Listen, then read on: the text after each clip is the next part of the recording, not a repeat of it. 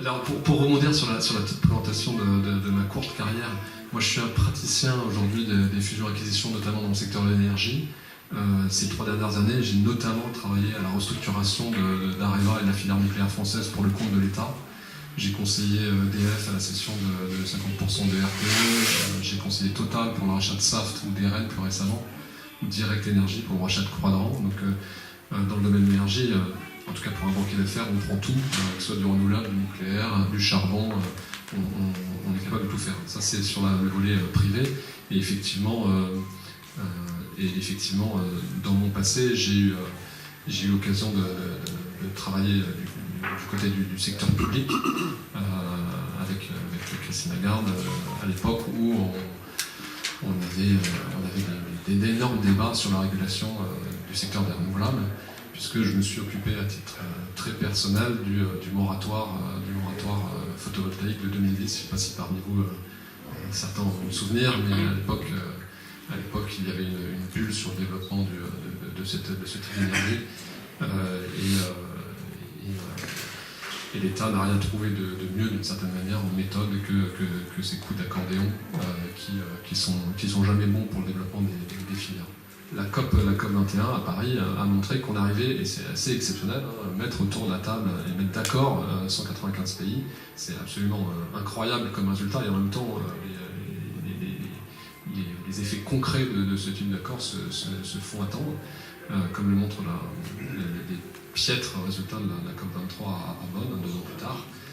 Deuxième fait qui est un peu plus contradictoire, c'est que ces 10 dernières années, il y a eu des bouleversements technologiques majeurs. Et avant les renouvelables, il y a le bouleversement du gaz et du pétrole de schiste qui a fait s'effondrer les prix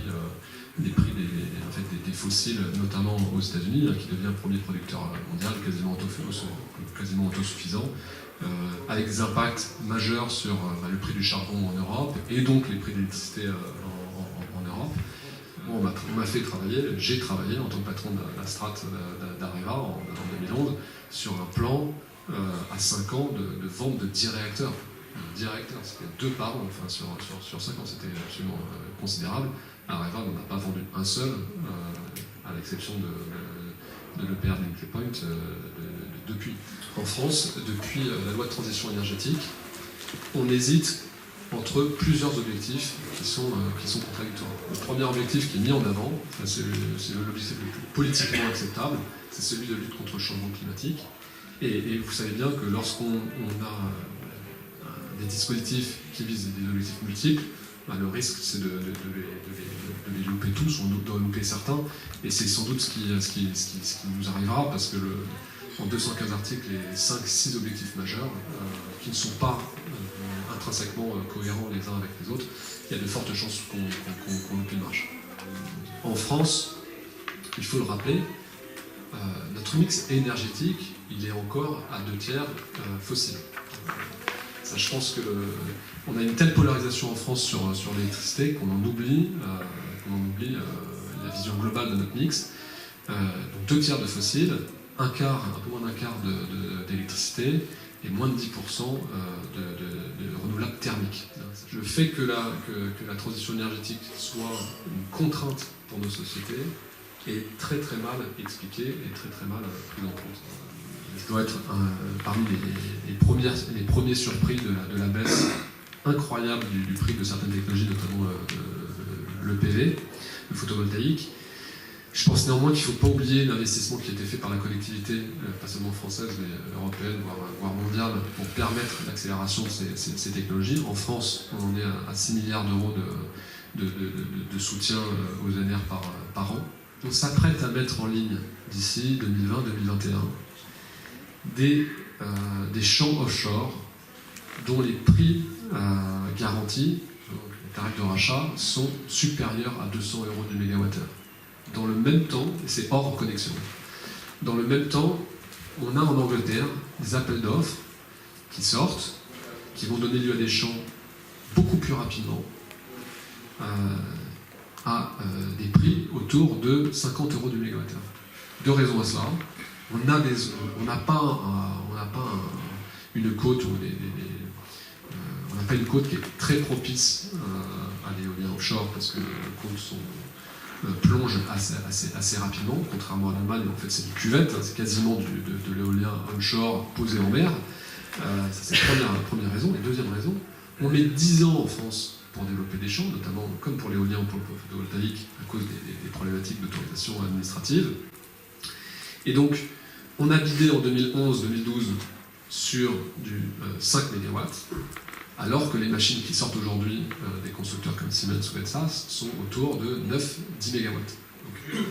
Juste une remarque sur le scénario RTE 50% en 2025, tu l'as qualifié de central, oui, par rapport à la loi de transition énergétique, et manifestement c'est le scénario repoussoir. Il s'agit de démontrer que ça n'est pas faisable sans entraîner une augmentation massive des émissions de CO2, et ce qui effectivement est tout à fait contraire au choix d'être un leader de la transition énergétique au plan mondial. C'est le débat. Premier point, il se trouve que l'association Équilibre des énergies, pour des raisons fortuites, aussi parce qu'on s'est remué, a été très impliquée dans la préparation de la loi de transition énergétique, essentiellement d'ailleurs en raison des relations particulièrement amicales que nous avions d'un côté avec François Brottes, de l'autre avec Jean-Claude Lenoir. Et donc on a été vraiment au centre dans la discussion, sans prétendre qu'on a pesé de façon extraordinaire, tout au moins on a bien vu les mécanismes. Alors, ce qui m'a séduit évidemment dans votre contribution, c'est priorité au climat. Alors que dans la loi de transition énergétique, comme vous l'avez souligné, il y a plusieurs objectifs. Et en fait, les économies d'énergie, d'un côté le développement des énergies renouvelables de l'autre, logiquement, devraient être considérés comme des leviers au service d'une cause générale qui est la maîtrise des émissions de gaz à effet de serre. Bon. Alors ça n'a pas été fait. Il faut bien se rendre compte que si ça n'a pas été fait, c'est qu'il y a des raisons politiques. C'est-à-dire qu'à partir du moment où on posait ceci prioritairement, la question qui venait immédiatement, c'est peut-on, au moins sur le moyen terme, se passer du nucléaire pour répondre à cette problématique. Et on n'a pas voulu poser le problème comme ça, et on a posé le problème du nucléaire dans un coin autrement. Avec une contrainte dont aujourd'hui RTE s'évertue à démontrer qu'elle est idiote, et d'autre part, François Brottes expliquant que du temps où il a soutenu cette loi, cette contrainte n'était pas idiote, mais qu'elle est devenue idiote maintenant, parce qu'on n'a pas fait le nécessaire du point de vue des énergies renouvelables. Alors, si on se revient un petit peu plus loin dans la loi, c'est ce que signalait Jean-Pierre Ouette il y a quelques instants, il y a quelque chose de très clair. À horizon 2050, division par 4 des émissions de CO2 et division par 2 des consommations d'énergie finale. Ce qui montre avec évidence que les deux chiffres, ça ne coïncide pas du tout, et qu'il ne faut pas compter sur la politique d'économie d'énergie pour traiter le problème de la maîtrise des émissions de CO2, et que se pose le problème de la décarbonation des sources d'un côté et de la substitution des énergies décarbonées aux hydrocarbures de l'autre. C'est tellement vrai qu'il y a quelque part aussi dans la loi, tout ceci est vaguement cohérent, pas plus que ça, mais enfin quand même à peu près cohérent, un objectif de décroissance d'appel aux hydrocarbures fossiles, qui confirme bien que c'est par là que se réalise, c'est pas autrement, la réduction des émissions de CO2 et qu'il y a la décarbonation plus la substitution. Bon. On sent que derrière tout ça, il y aurait malgré tout un bouclage, qui n'est pas un bouclage en euros, évidemment, mais qui est au moins un bouclage physique, en kilowattheure d'énergie finale, en contenu CO2 des émissions, etc. Donc ça tient quand même un petit peu la route du point de vue de l'organisation d'ensemble, mais avec une volonté politique de totalement brouiller les cartes pour que personne n'y comprenne rien. Je crois qu'on est assez d'accord sur ce constat. Alors maintenant, parlons tout de même des questions de fond, et on peut peut-être commencer par l'Allemagne. L'Allemagne aujourd'hui a pris une avance très nette sur le développement des ENR. Question, pourquoi, après avoir fermé le nucléaire, ont-ils continué non seulement à utiliser largement le charbon, mais même à construire de nouvelles centrales à charbon? Parce qu'ils n'avaient pas le choix. Pourquoi n'avaient-ils pas le choix? En réalité, ils avaient suffisamment d'énergie renouvelable sur le papier pour pallier la décroissance du nucléaire. Ils ne l'ont pas fait. Oui. Autrement dit, l'argument de dire on ne peut pas fermer du nucléaire en France parce qu'on n'a pas anticipé les renouvelables, le contre-exemple allemand est là, ils ont largement anticipé le renouvelable et malgré tout, ils ont continué à avoir une production de base à base de charbon puisqu'ils ne voulaient plus du nucléaire. C'était la solution économique. Donc ça pose un problème. Et la question qu'on peut se poser finalement, est-ce que c'est parce qu'ils veulent maintenir le charbon ou est-ce qu'il y a une difficulté technique à remplacer le nucléaire qui a disparu par de l'ENR? Alors, il n'y a jamais eu de réponse très claire à ce sujet. Alors, il y a peut-être une troisième raison. C'est qu'en produisant avec du charbon et du nucléaire, et des ENR, ils sont dans le classement par merit order du moyen de production au plan européen, très bien placé, et ça permet de faire du fric en inondant tous les voisins avec de l'énergie bon marché et en dégageant des marges. Ça peut être une raison aussi purement économique. Mais ça peut être aussi, lorsque j'étais jeune directeur général de l'EDF, mon interlocuteur allemand me disait « Vous parlez comme quelqu'un qui n'a jamais vu défiler une fanfare de mineurs dans les rues de la Rhône. » Voilà. Donc il y aurait quand même tout de même un petit peu à creuser ça et se demander, nous, à supposer qu'on ait pris toute l'avance qu'il fallait sur les ENR, est-ce que pour autant on aurait souhaité se passer de cette production de base nucléaire? Je n'en suis pas sûr du tout. Bon, alors c'est une question que je vous renvoie. Alors ensuite, le problème. Nous sommes ici, par principe, nous ne parlons pas de nucléaire. Enfin, on peut en parler aujourd'hui, puisque nous sommes entre nous. Alors, sur la prolongation de la durée de vie du nucléaire existant, personnellement, je pense que tant qu'on reste dans des ordres de coût raisonnables et dans des conditions de sûreté satisfaisantes, la prolongation est un moyen très économique d'avoir de l'énergie de base. Il suffit de faire les calculs financiers, etc. Il n'y a aucun doute là-dessus, me semble-t-il. Alors la question qui se pose, il fermera bien un jour, et ensuite, quel avenir pour le nucléaire? Alors là où je vous approuve totalement, c'est que si on ne maîtrise pas les coûts, on tire un trait dessus. Mais la raison pour laquelle on ne maîtrise pas les coûts, il faudrait quand même s'interroger. Parce que vous avez dit quand même qu'on ne construit plus beaucoup de nucléaire dans le monde. Enfin, sauf erreur de ma part, les Chinois, ils font de la génération 3. Et ils les font en respectant les délais, et ils les font à des coûts qui évidemment sont biaisés parce que c'est la Chine, mais enfin à des coûts raisonnables. Et ils sont en train de travailler sur la génération 4. Et c'est pas par hasard que les Chinois ont racheté les procédés de l'ex-Fogema de retraitement des combustibles usés pour la récupération du plutonium, non pas pour faire du MOX, ça ils s'en foutent complètement, mais pour préparer le chargement des réacteurs rapides.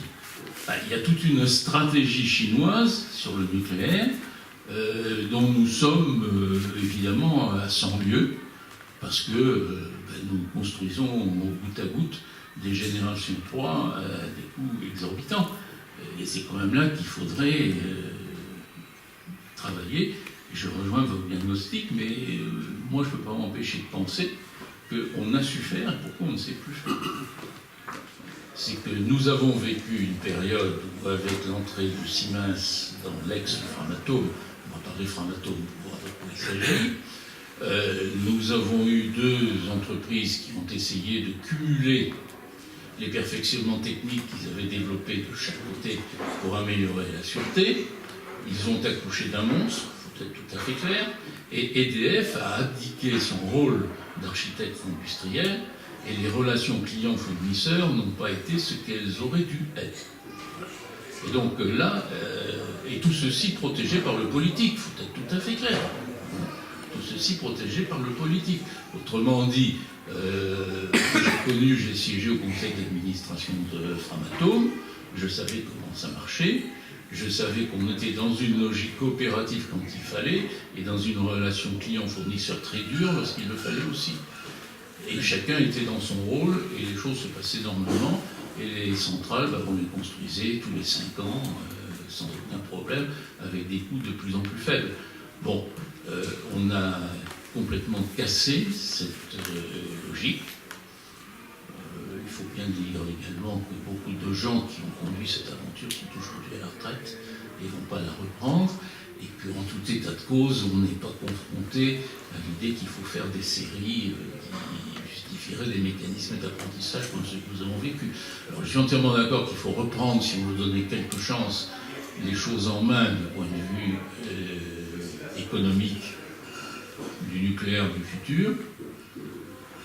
Personnellement, je pense que ce serait un gâchis avec toutes les compétences qui sont quand même réelles et accumulées, qu'on n'arrive pas à être dans la course, mais peut-être effectivement, pour l'instant, faut-il travailler à l'export, si je veux dire, pour trouver des champs où il est suffisamment construit pour que ça fasse sens. Je reste, comme tu le sens, quand même un peu attaché à cette énergie qui a tout de même quelques avantages marquants. Bien, il y aura un point sur lequel on aurait aimé t'entendre aussi. J'ai bien noté que lorsque on lit le papier de RTE, ils disent tout ceci est soumis d'une part à l'acceptabilité des ouvrages par le public. Bon.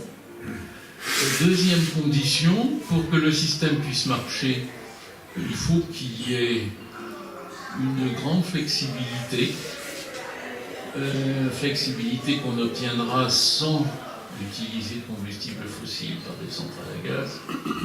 Alors ici, le RAC, gestion de la demande, effacement, interconnexion, véhicules électriques, enfin tout ça. Et ici, notre question centrale, c'est de savoir comment on fait. Il y a ensuite un paragraphe dans lequel on dit il y a la place pour mettre 10 gigawatts de photovoltaïque sur toiture.